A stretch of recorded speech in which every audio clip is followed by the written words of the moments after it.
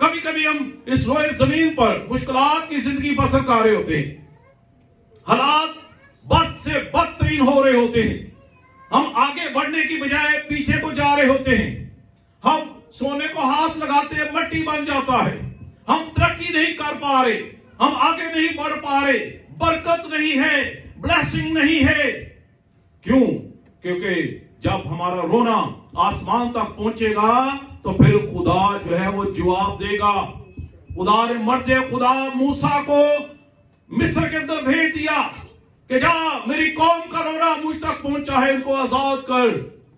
آج جب آپ چاہتے کہ آپ کے حالات بدل جائیں، آپ کے دل بدل جائیں، تو جب آپ کا رونا آسمان تک پہنچے گا تو پھر خدا کسی نہ کسی فرشتے کو بھیج دے گا۔ پھر ہم کہتے ہیں کہ میں تو اس کٹھن حالات کے اندر تھا، خدا نے بس پھر کسی کو بھیجا ہے، خدا نے مہربانی کر دی، خدا نے کرم کر دیا، اس کی نگاہ کرم ہوگی اور میرے دن بدل گئے۔ میں تو روٹی کھانے سے بھی قاصر تھا، میں تو مشکلات کے اندر تھا، بس خدا کا کوئی فرشتہ آیا تھا، بس پھر بارے نیارے ہو گئے۔ تو خدا ایسے کام کرتا ہے، خدا عجیب طور سے کام کرتا ہے۔ خدا بڑا غیور خدا ہے۔ میرا اور آپ کا خدا وہ الوہیم ہے جو بحر کلثم کو 2 حصوں میں کر دیتا ہے۔ اب خدا ان کے حالات بدلنے کو تھا، انہوں نے کیا کیا ہے؟ اپنا قدم جو ہے، ابھی خدا نے پانی کو پیچھے نہیں کیا، سمندر کے اندر پانی ہے، خدا کہہ رہا ہے کہ ان کو کہا اپنا قدم بڑھاؤ۔ اب جو ہے اگر ڈر آ جاتا ہے نا انسان کی زندگی میں تو پھر وہ آگے بڑھ نہیں پاتا۔ انہوں نے مرد خدا موسیٰ کے کہنے کے مطابق اپنا پاؤں پانی کے اوپر رکھ دیا، پانی فوراً پیچھے ہو گیا۔ پہلے پانی پیچھے نہیں تھا ہوا، پانی تھا۔ خدا ان کے ایمان کو دیکھنا چاہتا تھا۔ جب آپ چاہتے ہیں کہ آپ کے حالات بدل جائیں تو پھر آپ کو قدم رکھنا پڑے گا۔ خدا آپ کو ڈوبنے نہیں دے گا، خدا آپ کو مرنے نہیں دے گا۔ خدا کو پتا تھا یہ میری قوم ہے، خدا نے ڈوبنے نہیں دیا، خدا نے حکم دیا، پانی فوراً پیچھے ہو گیا۔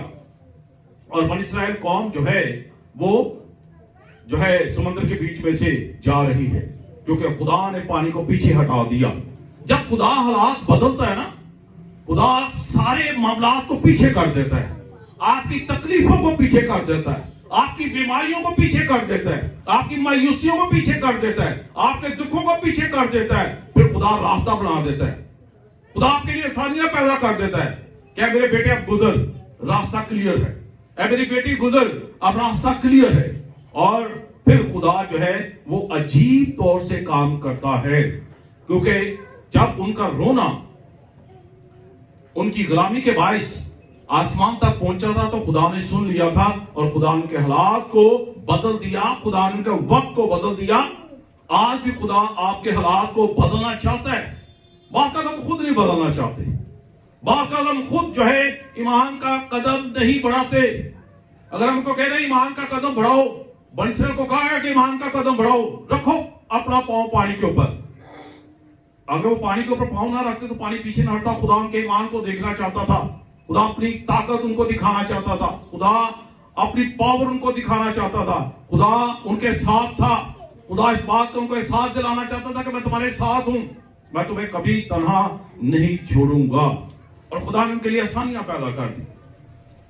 پھر ہم دیکھتے ہیں کہ جب ان کا ایمان خداوند اپنے خدا پر تھا تو وہ وعدہ کی سرزمین پر پہنچ گئے۔ خدا نے وہاں پر ان کو پہنچا دیا جہاں پر خوشحالی تھی، جہاں پر سرفرازی تھی، جہاں پر دودھ اور شہد کی نہریں تھی، جہاں پر ہر چیز وافر مقدار میں تھی۔ خدا ان کو وہاں پر لے گیا۔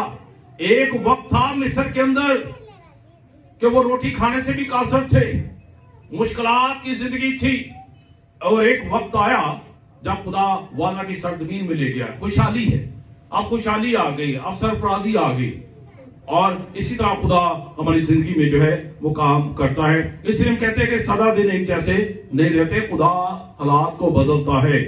اور کلام مقدس میں لکھا ہے جو کہ زندگی سے خوش ہونا اور اچھے دن دیکھنا چاہے وہ زبان کو بدی سے اور ہونٹوں کو مکر کی بات کہنے سے باز رکھے۔ ہم اکثر کیا کرتے ہیں؟ گلا دے کھٹیا کھا رہے ہیں۔